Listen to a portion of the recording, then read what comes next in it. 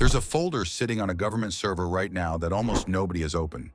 Not because it's hidden, not because it's classified, because it was released so quietly that most people don't even know it exists. 72 files, photographs, witness statements, internal case notes written by people whose job is to investigate things the public is never supposed to see. For decades, this stayed buried. Then, without much warning, the door opened. Just enough for analysts to start reading, and for the people who actually dug through these pages to walk away more unsettled than when they started. This wasn't supposed to be a mystery. It was supposed to be an answer, a government finally being transparent. Instead, the files raised a different question, one that has nothing to do with lights in the sky. Why did the government spend years investigating these cases, when it could have just closed the files and walked away? That question is why we're here, not the objects, the decision to keep looking. We went through all 72 files trying to answer that, and the deeper we went, the less it felt like separate reports, and the more it felt like one continuous investigation. In early 2026, the government opened a new chapter in its transparency effort around unexplained aerial phenomena. A public portal published declassified material pulled from the FBI, the CIA, the Pentagon, and NASA. Not summaries. The actual source documents, photographs, videos, interview transcripts, internal case reports never meant for public eyes. Across 3 batches, more than 300 documents went public.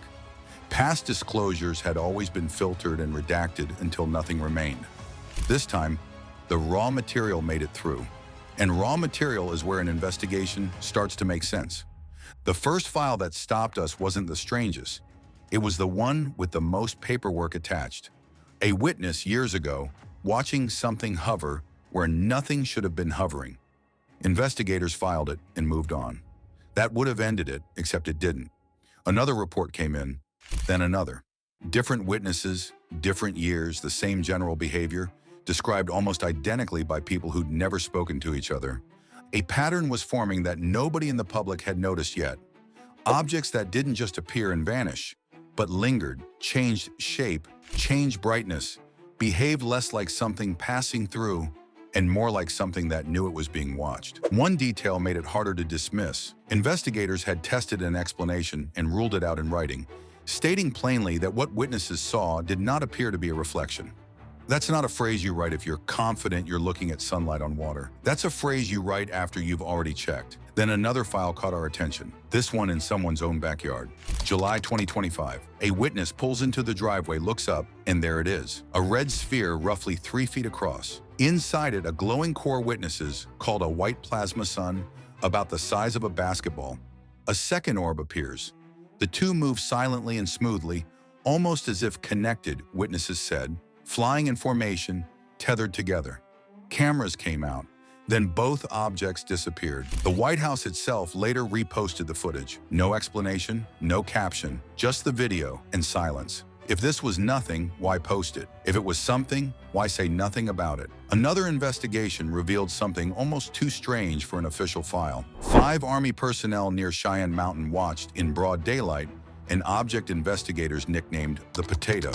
Potato-shaped, creamy white, shimmering like fish scales. No shadow on the ground. The official explanation was sunlight reflecting off clouds, rated low confidence. The people writing their report weren't convinced by their own answer and said so on the record. A different agency entirely, federal agents out west, watched a massive orange orb release smaller red orbs over 2 separate days. One witness compared it to grapes being expelled from a basketball. Another simply asked, "Are you seeing this?" Different agencies, different years. No reason to coordinate a story.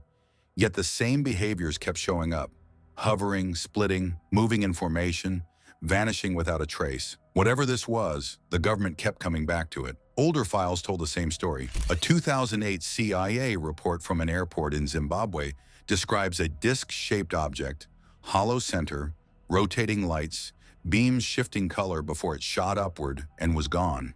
The internal debate wasn't whether something had been seen, but whether it was foreign technology or something with no category at all. No conclusion was reached. The file stayed open. Further back still, Apollo-era transcripts show astronauts discussing unusual lights during their missions.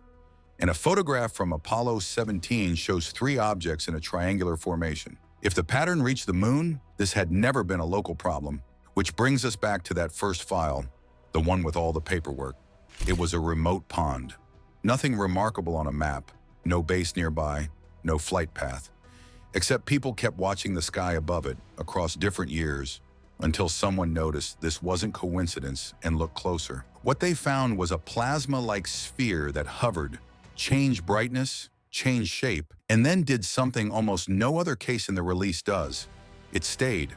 Investigators recorded it nearly stationary for 45 minutes before it split into smaller lights, one settling just above the water. This is the moment the investigation changes shape. Once a reflection was ruled out, once different years of witnesses were tied to the same stretch of water, the case stopped being about what people saw and became about where they kept seeing it. The government wasn't just investigating sightings anymore, it was investigating a place. That shift tells you something the public release never says outright. Somebody inside these agencies believed this was worth tracking for years, not a single follow-up call. And once you know to look for that pattern, you see it everywhere else too.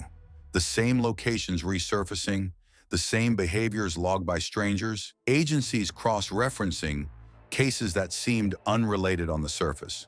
That isn't how you treat noise. That's how you treat a signal you don't understand but refuse to ignore. The official assessments read differently once you know that. Unresolved, insufficient evidence.